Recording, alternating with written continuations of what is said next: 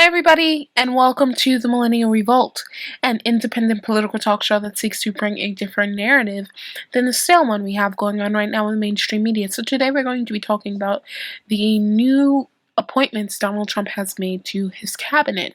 So let's just get right into it. President-elect Trump has named two prominent Republican women to positions in his cabinet early on Wednesday. He has recruited Betsy DeVos, a prominent Republican philanthropist and educational advocate, as Education Secretary, and he has named Governor Nikki Haley of South Carolina as ambassador to the United Nations.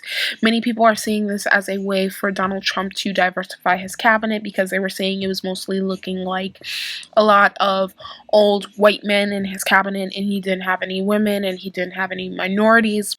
But again, people just care about diversity of skin color and having cabinets look like the Rainbow Coalition instead of diversity of thought, which is way more important.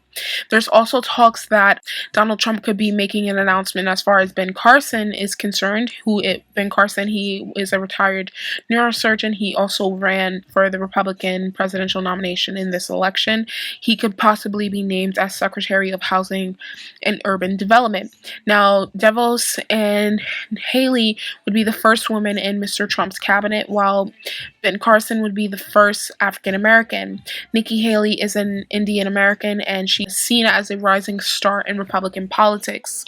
And she was also a major critic of Donald Trump during the presidential election. So people are also viewing this as a way of Donald Trump not just picking party loyalists, people who were loyal to him during the campaign, but ways to branch out and get more establishment Republicans and people who weren't sort of on the Trump train, if you will, during the election, so he can have a sort of diverse cabinet. Betsy DeVos is a Republican fundraiser from Michigan. She's 58 years old and is a passionate believer in school choice, a subject that she and Donald Trump discussed last week when she met with him at his golf club in Bedminster, New Jersey.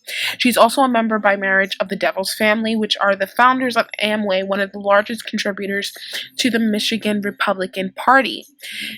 DeVos says that the status quo in education is not acceptable. She wants to work to make a transformational change that ensures every student in America has the opportunity to fulfill his or her highest potential. She's a former chairwoman of the Republican National Committee. She is one of the nation's most avid, prominent proponents of school choice. This includes charter schools, which are publicly funded but typically run independent of local school boards and teachers' unions, and school vouchers, which gives students tax dollars to apply towards private school tuition. In the three elections preceding 2016, members of her family gave nearly $9.5 million to party committees and candidates. Mrs. DeVos sharply criticized President-elect Trump during this campaign and spent much of the year raising money for other Republicans on the ballot. Mrs. DeVos and her husband have been a propelling force behind the rapid expansion of charter schools in Michigan. As founders of the Great Lake Education Project, the state has one of the most generous charter school laws in the nation, allowing an unusual large number of colleges, universities, and school districts to grant charters with little state oversight. An unusually high percentage of those charter schools, about 80%, are operated for profit.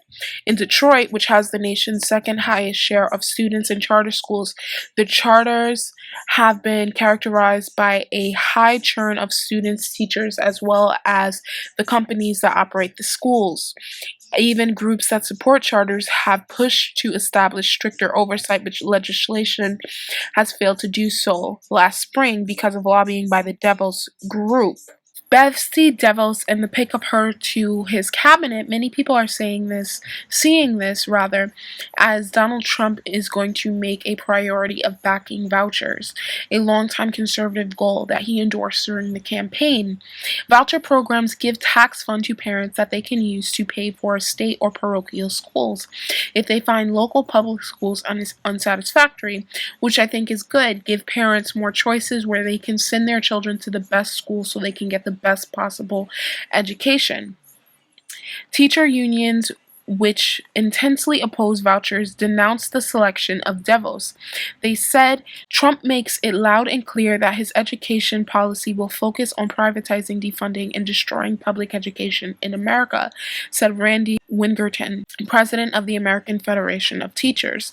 The sum total of her involvement has been spending her family's wealth in an effort to dismantle public education in Michigan. President-elect Trump, his spokesman Jason Miller, said on Sunday that Trump's meeting with DeVos largely focused on Common Core, setting higher national standards and promoting school choice across the nation. Jeb Bush, for his part, praised Trump's decision in a Facebook post, calling DeVos an outstanding pick. The National Education Association, the largest labor union in the U.S., was quick to slam Trump's pick, arguing that DeVos has done more to undermine public education than support students, and accusing her of pushing a corporate agenda. She has lobbied for failed schemes like vouchers, which takes away funding and local control from our public schools to fund private schools at taxpayers' expense. These schemes do nothing to help our most vulnerable students while they ignore or exacerbate glaring opportunity gaps. She has constantly pushed a corporate agenda to privatize, deprofessionalize, and impose cookie-cutter solutions to public education. The labor union representing teachers and school administrators said in a statement, by nominating Betsy DeVos, the Trump administration has demonstrated just how out of touch it is with what works best for students, parents, educators, and communities. Well, what's working best for students obviously isn't what these teachers are proposing, because our students are progressively failing across the country. We're getting low test scores. People aren't reading at where they're supposed to be at a national average. Math scores aren't where they're supposed to be. I'm all for helping students and I'm all for doing what's best for them, but if what these teachers are proposing isn't working, maybe it's time to try something different. It isn't about the teachers, it's about the students. And if you can give students and parents the options to send their children to the best schools that will give them the best education and help them, why not do that? It's very selfish to say that, oh, well, we don't want you to send your kids to the best schools because it would defund public schools. Well, maybe the public schools aren't giving the kids the best education they can. You know, what if these classes are severely overpacked with like 25, 30 kids in a class? And maybe some of these kids will do better in smaller size classrooms, and maybe these private schools will do that for them. Parents should have the option and shouldn't be basically bullied by teachers unions because they want to send their kids to schools that will give them the education that they deserve. So I would want to wait and see for the policy proposals that Trump puts forward and that she helps implement. So the next person that President-elect Trump has picked for his cabinet is South Carolina Governor Nikki Haley. She's to become his ambassador to the United Nations. Now, she is the daughter of Indian immigrants and was elected as South Carolina's first female and minority governor. The nomination to the cabinet level post raises questions about Haley's qualifications for a major foreign policy role, since she has had little diplomatic experience as state lawmaker and governor. The 44-year-old's chief foreign policy works center on negotiating with international companies seeking economic development deals in South Carolina and leading 7 overseas trade missions as governor. Her husband Michael was deployed for nearly a year in Afghanistan with the South Carolina National Guard in 2013. Recent UN ambassadors typically have experience in presidential administrations, usually within the State Department or from the National Security Council. The post would be Haley's first in the federal government. The Trump administration is likely banking on the fact that Nikki Haley has strong communication and problem-solving skills in being the U.S. representative at the 193-member United Nations post in New York. The governor won praise for her calm handling of the racially charged Charleston shooting and historic floods that took place just less than 4 months apart last year. After the shooting, she persuaded lawmakers to remove the Confederate battle flag that had flown on the State House grounds for more than 50 years. Haley would need to be confirmed by the U.S. Senate. She would succeed Samantha Powers, who has worked on the National Security Council under President Obama before becoming UN ambassador in 2013. Now, if you ever watch any of the videos with Samantha Powers, when she's speaking at the United Nations, she is very belligerent.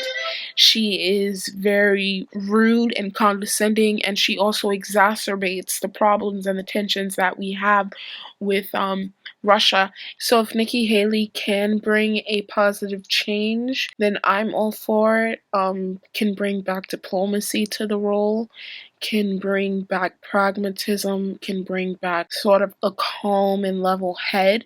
I think that's something that we need at the United Nations. I don't think we should be using our lead role in that body to sort of browbeat other members. I think we've been doing that for years as well. I would hope that Donald Trump, President-elect Trump, actually lets diplomacy and negotiations take place and has it become a working body again, because it has slowly devolved into something that it shouldn't have become under the leadership of former President Bush and under President Barack Obama. Elect Trump has described Nikki Haley, who was a very outspoken critic of him during his presidential campaign, as a proven deal maker. He says Governor Haley has a proven track record of bringing people together, regardless of background or political affiliation, to move critical policies forward for the betterment of her state and of our country. She is also a proven deal maker, and we look to be making plenty of deals. She will be a great leader representing us on the world stage. Now, for her part, Nikki Haley has said that she is honored to be joining President-elect Trump's team. She says our country faces enormous challenges here at home and internationally, and I am honored that the President-elect has asked me to join his team and serve the country we love as the next ambassador to the United Nations.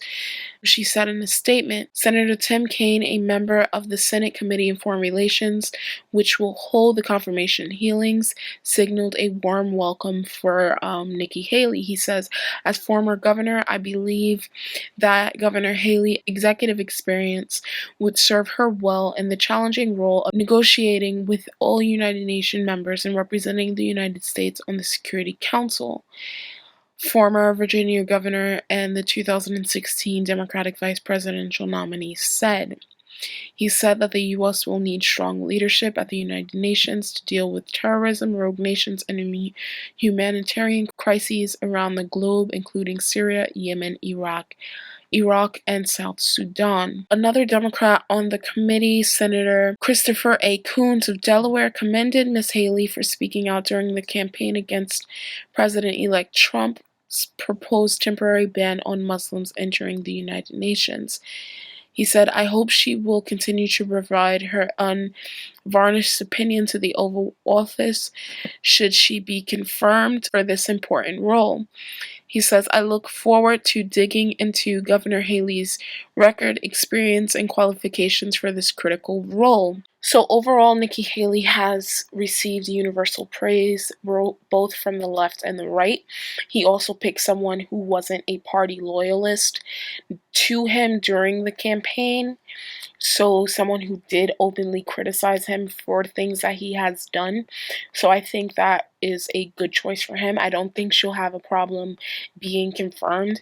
My one criticism of Nikki Haley is unabashed support for Israel. I think we should be critical of the nation, which we are giving billions of dollars in aid money to.